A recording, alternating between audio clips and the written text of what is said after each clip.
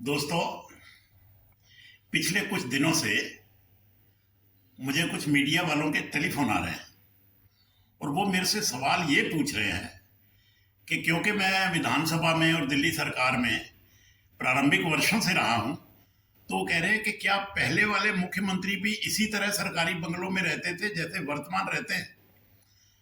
तो मैं आपको बताऊं कि मैंने 4 मुख्यमंत्रियों के साथ काम किया। सबसे पहले थे मदन लाल खुराना जी, फिर साहब सिंह जी, फिर सुषमा स्वराज जी और फिर श्रीमती शीला दीक्षित।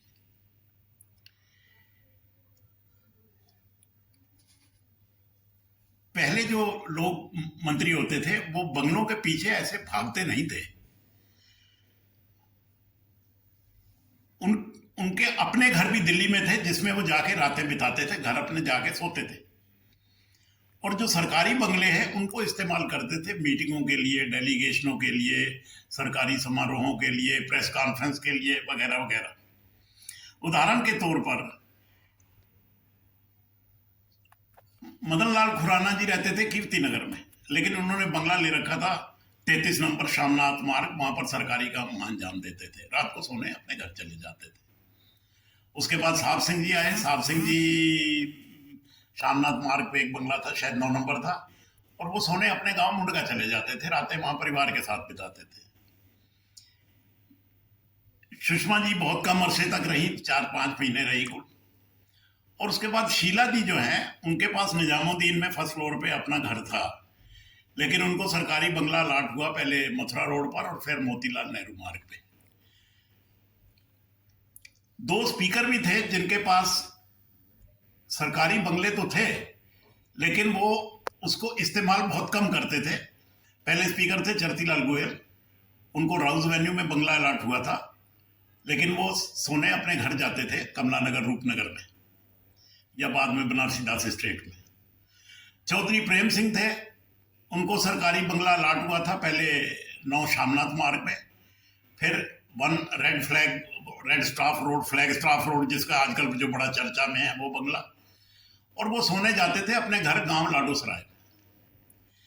तो कहने का मतलब है कि उनकी जो निष्ठा है वो बटी हुई थी अपने घर में और सरकारी घर में। इसलिए वो सरकारी घर को पूरी तवज्जो दे के उसको कोई ताजमहल बनाने का प्रयास नहीं करते थे। 2-3 मंत्री भी थे जिनको सरकारी बंगले मिले हुए थे, जैसे योगानंद शास्त्री थे, वो अपने मालवीय नगर के पास एक कॉलोनी है उसमें रहा करते थे। अरविंदर सिंह लवली है, शुरू के दिनों में अपने गांधीनगर निवास पे रहा करते थे।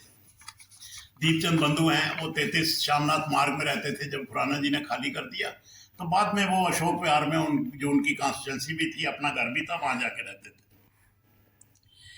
मैं कहना ये चाह रहा हूं आपसे कि जो पुराने मुख्यमंत्री और मंत्री थे या स्पीकर थे, उनको इस सरकारी बंगले से कोई क्रेज नहीं थी, कोई इनका बहुत प्रचलन नहीं था उनके लिए।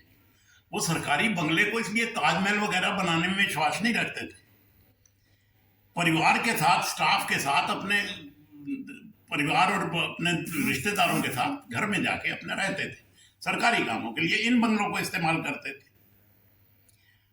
हालत यह है कि अगर किसी स्पीकर, मंत्री या किसी नेता के घर में 1-2 कूलर या 1-2 एसी एक्स्ट्रा लग जाते थे, तो वो स्टाफ और परिवार वाले लोग बड़े फख्र से बताते थे, यार दोषी उसमें भी एसी लग गया, उस कमरे में भी एसी लग गया।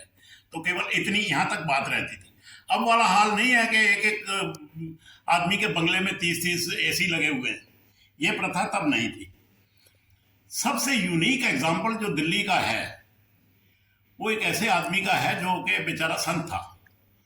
उसका नाम है जग प्रवेश चंद्र।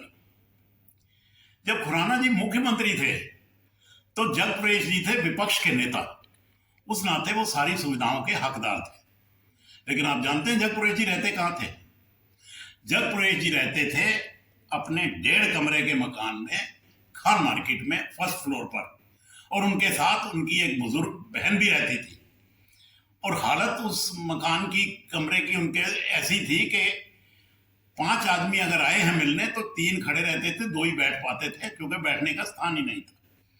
तो पहले परंपराएं ये थी, हिसाब ये था। लेकिन पिछले कुछ समय से दिल्ली की संस्कृति में उतार चढ़ाव आ गया है। जो नए लोग राजनीति में आए हैं वो शायद उनको सुविधाएं भोगना ज़्यादा अच्छा लगता है। बस मैं ये बात शेयर करना चाहता था। मैं उम्मीद करता हूँ कि जो लोग टेलीफोन से ये बात जानना चाह रहे हैं उनको मेरी बात समझ में आ जाएगी। मैं अपना स्वयं का उदाहरण दे दूँ। मैं जब दिल्ली विधानसभा में आया तो मुझे बहुत लोगों ने कहा आप सरकारी बंगला ले लो। मैंने कहा मैं तो नहीं लूँगा, क्योंकि मैं तो अपने परिवार के साथ गांव में जो मेरा 2-2.5 कमरे का मकान है मैं तो उसमें ही रहूँगा। बाद में मैं जब लोकसभा का सचिव बन गया तो मुझे बंगला मिला अडवाणी जी के साथ में पंडारा रोड पे एक, और फिर बंगला मिला वो एक तरफ पर ताल कटोरा रोड पर, जिसमें एक तरफ प्रणब मुखर्जी रहते थे, सामने वाला उन्होंने कहा ये फ्लैट बंगला आप ले लीजिए। तो मैंने जब चक्कर लगाया तो मुझे लगा कि मेरे जैसा बाबू इन बड़े बड़े कद्दावर लोगों के साथ में फिट नहीं आता, वो उसके साथ इंटरेक्ट भी नहीं करते। तो हमने सरकारी बंगला लिया ही नहीं, हमारी कोई तृष्णा भी नहीं थी। विशेषकर तब जब हमें मालूम है कि ये सिर्फ साल 2 साल 4 साल तक है, जब तक आप नौकरी में हैं, उसके बाद खाली तो आपको करना ही पड़ेगा। तो इसलिए ये जो अप्रथा चली है कि अपना बंगला जब तक हो उसको ताजमहल बना दो, शीश महल बना दो, ये प्रथा पहले मुख्यमंत्रियों के कार्यकाल में नहीं थी।